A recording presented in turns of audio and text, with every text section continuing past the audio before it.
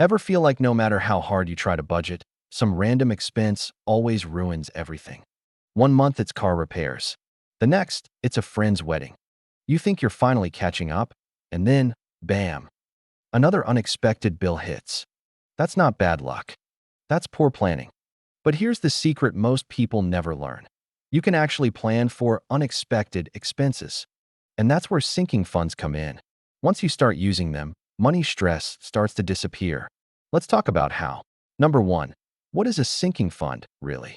A sinking fund is simply money you set aside bit by bit for a specific purpose or future expense. It's not your emergency fund. It's not your regular savings either. It's a plan for expenses you know are coming, just not right now. Think of it like this. You know your car insurance is due every 6 months. Instead of paying $600 at once, you save $100 a month for 6 months. When the bill arrives, you're ready. That's a sinking fund in action, small, steady savings that prevent big financial shocks. Number two, why you need sinking funds. Here's a harsh truth. Most financial stress doesn't come from big emergencies. It comes from small surprises that aren't really surprises at all. Christmas, birthdays, car maintenance, medical copays, school fees. These happen every year, but people forget to plan for them. According to a Bankrate study, nearly 60% of Americans can't cover a $1,000 expense without using credit. Sinking funds solve that problem by spreading the cost over time, so you never have to panic when life happens. Imagine going through December and not worrying about holiday shopping because you've been saving $50 a month since January. That's what financial peace feels like. Number three, how to start a sinking fund. The first step is simple. List all the non-monthly expenses you can think of. Think of things like car insurance, holiday gifts, property taxes, annual memberships, vacations. Now, write down roughly how much each one costs in a year. Then divide that number by how many months you have until you need the money. That's how much to save monthly. For example, if your car insurance is $600 every 6 months, divide by 6. Save $100 each month. It's that easy. You can do this using a spreadsheet, an app, or even envelopes with labels like car repairs, vacation, or Christmas. The point is, your future self will thank you. Number four, where to keep your sinking funds. Some people prefer to keep all their sinking funds in one savings account and track each category on paper or in an app. Others open multiple savings accounts, one for each sinking fund. There's no single right way. It depends on how your brain works. If you like visual clarity, separate accounts can help you see each fund grow. But if you prefer simplicity, one account with a detailed spreadsheet works just fine. A smart move is to use a high-yield savings account, so your money earns a little interest while it waits. Even if it's a few dollars, it's free money for being organized. Number five, common sinking fund categories. Let's make it easy for you. Here are common sinking fund ideas that cover most people's lives. Car maintenance and repairs, health and dental expenses, gifts and holidays, home maintenance, travel or vacations, pet care, back-to-school costs, subscriptions or annual fees, clothing and shoes. You can even create personal ones like new laptop or future wedding. Every time you think, ugh, I'll deal with that later, that's a perfect candidate for a sinking fund. Number six, how to automate and stay consistent. Let's be honest, saving money manually is hard. Life gets busy, so make it automatic. Set up an automatic transfer from your checking to your sinking fund right after each paycheck. When you don't see the money, you won't spend it. For example, if you get paid every 2 weeks and need to save $200 monthly for all your sinking funds combined, set up a $100 transfer every payday. Over time, it becomes a habit you don't even think about. The key to success isn't how much you save, it's consistency. Number seven, how sinking funds work with your budget. Think of your budget as the map and your sinking funds as the checkpoints along the way. When you budget each month, include the amount you're adding to your sinking funds as expenses. So if you're saving $50 for gifts and $75 for car repairs, those become part of your monthly plan, just like rent or groceries. That way, you're not just guessing where your money goes. You're assigning it a job. And when those big bills arrive, you won't be scrambling. You'll simply move the money from your sinking fund and pay it calmly. That's how stress-free budgeting feels. Number 8. Sinking funds versus emergency fund. What's the difference? A lot of people confuse these two, but they serve very different purposes. An emergency fund is for true emergencies, things you can't predict, like losing your job or a hospital stay. A sinking fund is for predictable but irregular expenses, things you know will happen eventually, just not when. Using an emergency fund for new tires isn't really an emergency. It's a maintenance cost you could plan for. So protect your emergency fund by using sinking funds for everything else. Number 9. Real-life example, the power of planning. Let's take Sarah, for example.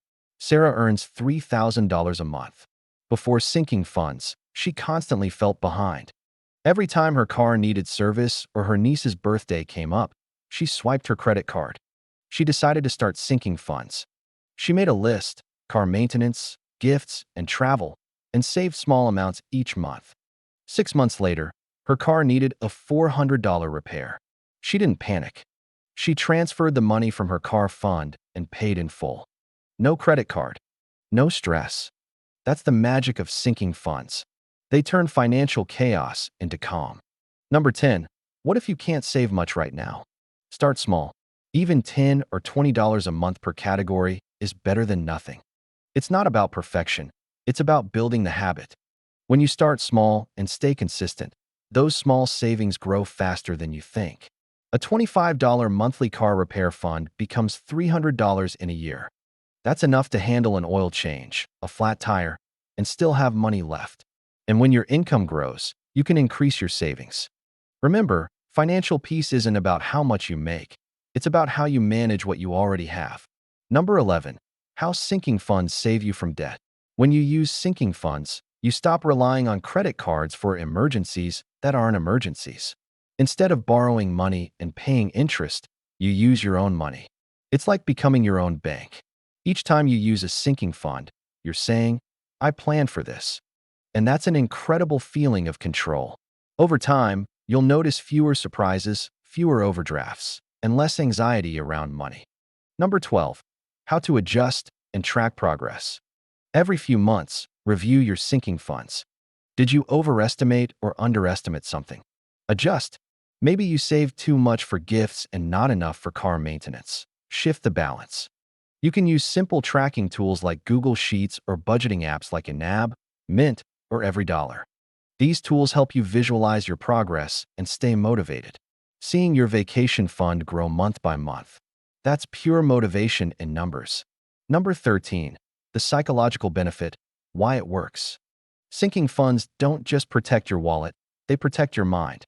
Knowing you have money ready for future expenses removes that constant what-if anxiety. It creates confidence.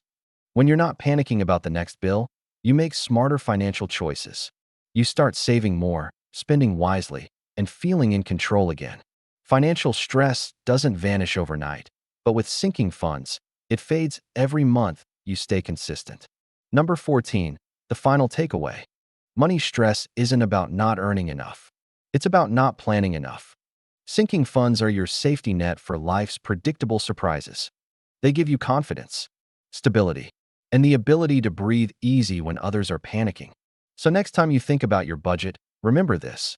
It's not about controlling every dollar. It's about preparing for every possibility. Number 15. How sinking funds help with big dreams. Sinking funds are not just for bills or repairs. You can use them to fund your dreams too.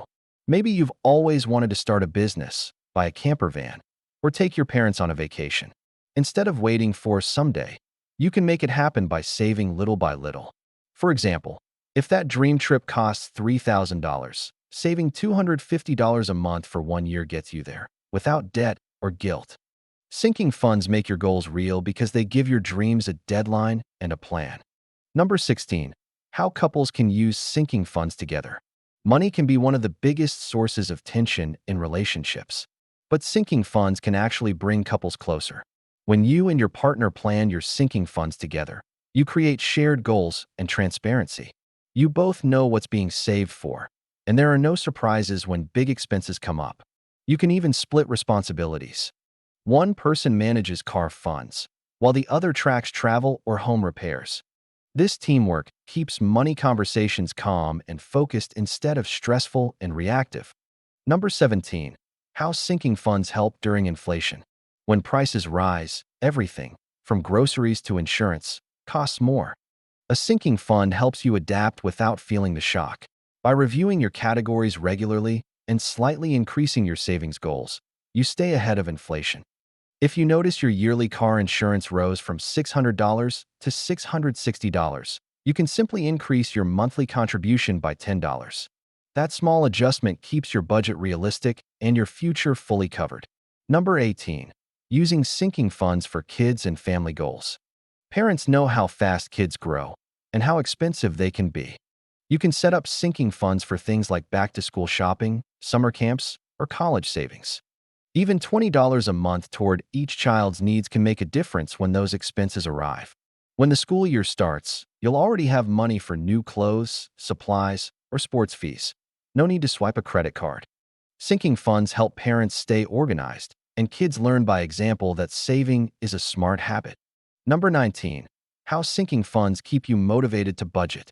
Many people quit budgeting because it feels restrictive, but sinking funds make budgeting feel rewarding. You're not just tracking expenses, you're watching progress build in real time. Seeing your vacation or new car fund grow creates excitement and purpose. It reminds you that budgeting isn't about saying no to fun. It's about saying yes to the right things at the right time. That emotional boost helps you stay consistent for the long haul. Number 20. Turning sinking funds into long-term habits. Once sinking funds become part of your life, you'll start thinking ahead automatically. You'll begin asking yourself, what's coming up that I can prepare for? That mindset shift is the foundation of financial stability. Over time, you'll rely less on credit cards, stop living paycheck to paycheck, and feel calmer about money. The goal isn't perfection, it's preparation. Each month, you'll be one step closer to a peaceful, well-planned financial life. If you could only create one sinking fund right now, what would it be for? Tell me in the comments. I'd love to know what you'd start saving for first.